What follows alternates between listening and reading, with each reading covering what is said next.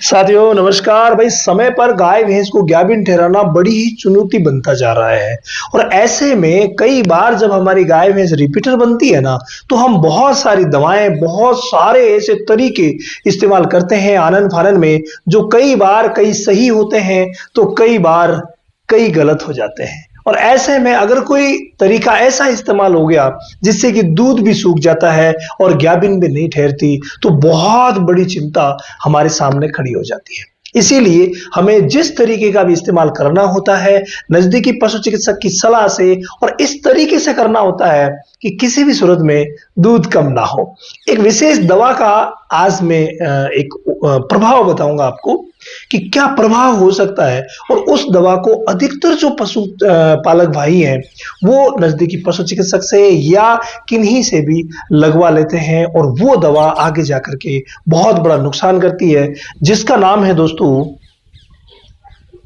Progesterone. जी हाँ, progesterone का जो इंजेक्शन है, ये इंजेक्शन बेहद खतरनाक है। अगर कोई दुधारू गाय भैंस है और वो अच्छा दूध दे रही है और ऐसे में उसके शरीर में प्रोजेस्टेरॉन का लेवल डाउन नहीं है, यानी पहले से प्रोजेस्टेरॉन उसके शरीर में अच्छा है, और उस कंडीशन में अगर प्रोजेस्टेरॉन का कोई भी इंजेक्शन, जरूरी नहीं है कि यहां पर जो 750 mg वाला ड्यूराप्रोजेन रखा गया है यही हो, कोई जरूरी नहीं है, कोई सा भी प्रोजेस्टेरॉन का इंजेक्शन जो है वो बेहद नुकसान कर सकता है। जिसमें 750 mg वाला जो है वो ज्यादा नुकसान करता है, तो 250 mg वाला थोड़ा सा कम नुकसान करता है, बाकी दूध सुखाने में बहुत ज्यादा नुकसान करता है। अमूमन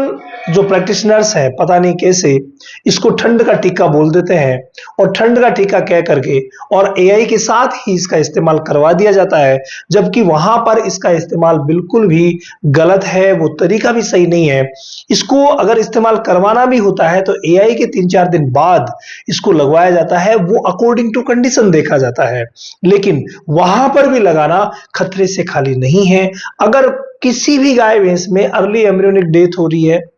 यानी कि यूट्रस जो है जब भी जाइगोट बनता है, जाइगोट बनने के बाद वो यूट्रस में जाएगा और यूट्रस में अटैच होगा, वहां इस हार्मोन की जरूरत पड़ती है। अगर कई बार किसी गाय भैंस में अगर ये हार्मोन कम है तो वहां इसका इस्तेमाल करवाया जाता है एआई के या क्रॉस करवाने के 3-4 दिन बाद, लेकिन इसको अंधाधुंध उपयोग में लाया जा रहा है और ऐसे में दूध सूखना सबसे बड़ी समस्या है। इसीलिए जहां वाकई जरूरत हो, भाई बिना जरूरत के अगर आप लगवा रहे हैं तो नुकसान ही करना है, फायदा कुछ नहीं करना, क्योंकि सही स्थिति में और सही जगह उपयोग होगा और वाकई जिसकी इसकी जरूरत है